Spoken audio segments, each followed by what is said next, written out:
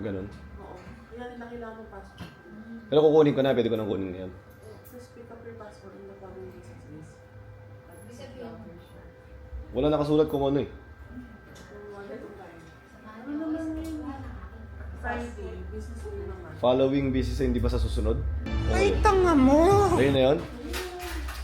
Sige, apuntahan ko na ha. Ano kaya resulta nito?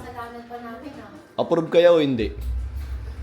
Wala, puntahan ko na muna. Tama-tama. Saglit lang naman yun eh. Alauna. Para makabalik ako bago magtrabaho. Tiwala nga ako. Kaya nga ito, nakabihis na nga ako. Ano, nakita mo, ano? Oh. Nakabihis na nga ako eh. Papunta na nga ako eh. Ito yung ano ko, mga papeles ko. Hawak ko yung papeles ng buong Pilipinas. Sige, nice na ako ah. Nasa SM Ora na tayo. Kinakabahan ako kung makukuha ko ba yung ano. Sana approve to.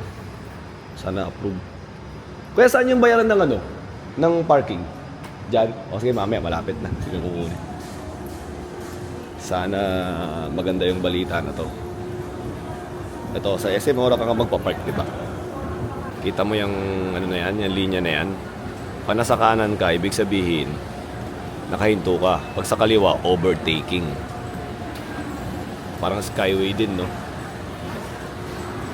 Saan ba labasan dito? Ay tayo, di ko alam.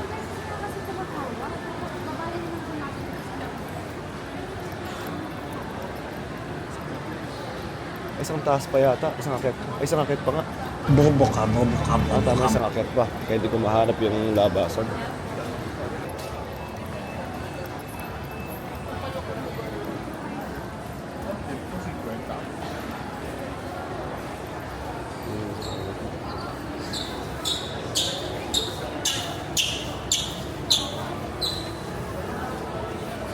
Distraction.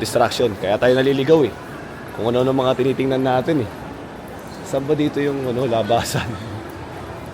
Kalimutan ko na to eh kasi pagka nagpupunta ako ng Korean Embassy, diretso doon sa elevator sa kabila.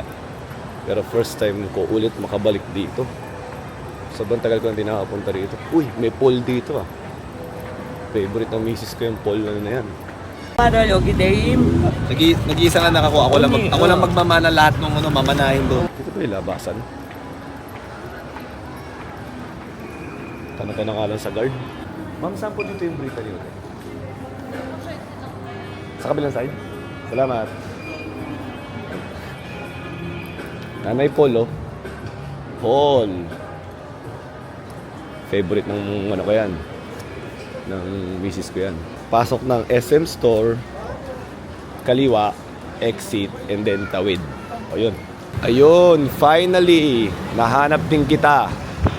Brittany Hotel. Okay. So, patawid na tayo. So, mga lads, ganito ah. Hindi ulit ako magbibideo sa harapan kasi alam ko bawal yan eh. I mean, hindi ulit ako magbibideo sa loob. Kasi alam ko bawal yun eh. Pero babalitaan ko kagad kayo pagkakuha ko nito. So sa mga naka-follow or subscribe sa FB natin, so doon, sasabihin ko kagad sa inyo yung resulta. Makikita ko naman kagad eh. And hopefully positive. Hopefully positive talaga. So mga lods, nakuha na natin yung passport. Actually, ang bala ko sana, uuwi muna ako ng bahay bago natin buksan yung resulta. Para may pa-surprise, diba? Yun lang. Pagdating ko doon, so, kuha ng number. And then, pila. Sabay, pag-akit mo sa may 10th floor, pagbigay ko ng number. Nung tinawag na yung pangalan ko, Manalo, ganyan, tanongin yung birthday mo. Bala ko talaga sanang hindi alamin, kunin lang yung papel, umuwi na. Excited din yung nakatanggap. Excited din yung nasa may window. O, nando sa may table. Ang sinabi niya unang-una sa akin, "Sir, napanood ko yung ano nyo." Ganyan. Naiyak ako sa story nyo. Ganyan. Gumanon kagad siya. Sabi niya, "Alam niyo na po ba yung resulta?" Sabi ko, "Hindi." "Ano po kayo? 5 years, multiple entry. And every entry, pwede kayong mag 90 days stay."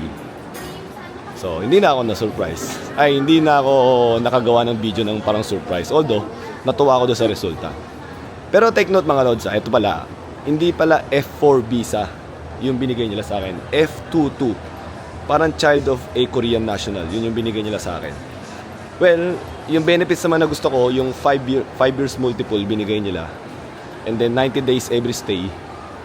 Siyempre, pag pang 90 days na kailangan mo umuwi, tapos gusto mo, bumalik ka na lang. Nakuha ko naman. Hindi ko lang alam kung pwede ako mag-dependent.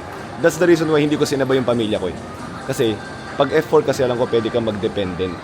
Pwedeng, kung ano yung benefits ko, makuha din nila. Dahil naka F4 ako, parang isponsoran ko sila, ganun ang dating.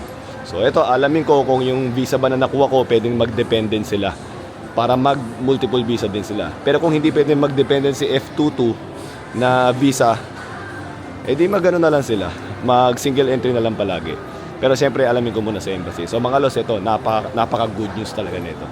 So, mga lods, yun na nga. Kumbaga, ito na yung naging journey natin sa pagkuha ko ng visa.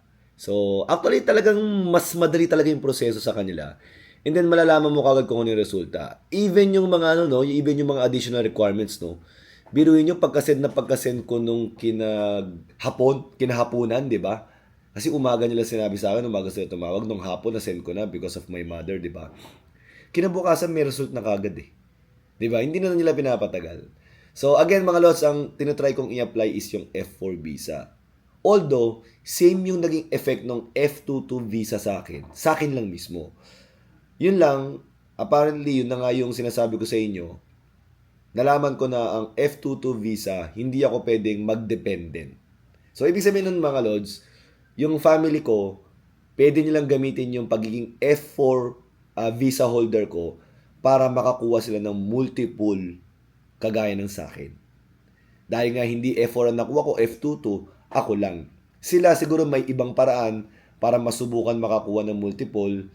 Pero sa tingin ko, sa mga nagsasabi sa akin, mas maganda mag-apply muna sila ng mga single entry.